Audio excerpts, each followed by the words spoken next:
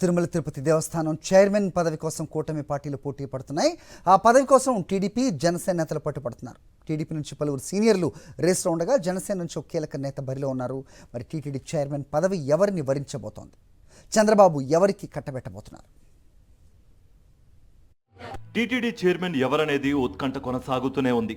ఆ పదవిపై ఇరు పార్టీల నుంచి ఎవరికి వారే ధీమాగా ఉన్నారు. టీడీపీ నుంచి అశోక గజపతిరాజు, వేమిరెడ్డి ప్రశాంతి, రఘురామకృష్ణరాజు రేసులో నిలవగా, జనసేన అధినేత పవన్ కళ్యాణ్ సోదరుడైన నాగబాబుకే టీటీడీ చైర్మన్ పదవి ఇవ్వాలంటూ ఆ పార్టీ నేతలు డిమాండ్ చేస్తున్నారు. అయితే చంద్రబాబు మాత్రం తమ పార్టీకే చెందిన సీనియర్ నేత ఎవరికైనా ఆ పదవి ఇవ్వాలని ఆలోచన చేస్తున్నట్లుగా తెలిసింది. కేంద్ర మాజీ మంత్రి అశోక్ గజపతిరాజు పేరును చంద్రబాబు పరిశీలిస్తున్నట్టుగా ప్రచారం జరిగింది. అశోక్ గజపతిరాజు ఇటీవల జరిగిన ఎన్నికల్లో తన కుమార్తె అదితికి అవకాశం కల్పించి తాను పోటీ నుంచి వైదొలిగారు. దీంతో ఆయనకే ఆ పదవి ఇస్తారనే ప్రచారం జరిగింది.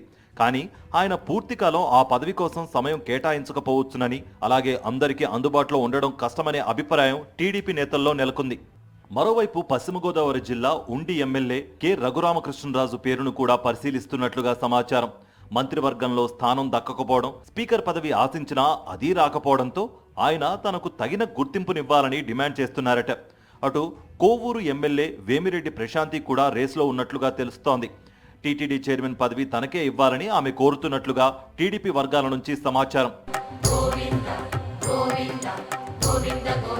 ఇక టీటీడీ చైర్మన్ పదవి ఎలాగైనా దక్కించుకునేందుకు జనసేన పార్టీ పావులు కదుపుతోంది. నాగబాబుకు ఆ పదవి ఇవ్వాల్సిందేనని జనసేన పార్టీ చంద్రబాబుపై ఒత్తిడి చేస్తున్నట్లుగా సమాచారం.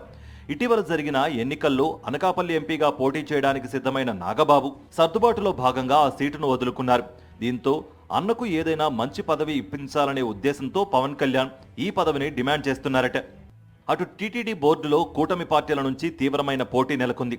టీటీడీ బోర్డులో తమ పార్టీకి చెందిన వారిని సగం మందిని నియమించాలని జనసేన కోరుతున్నట్లుగా తెలిసింది.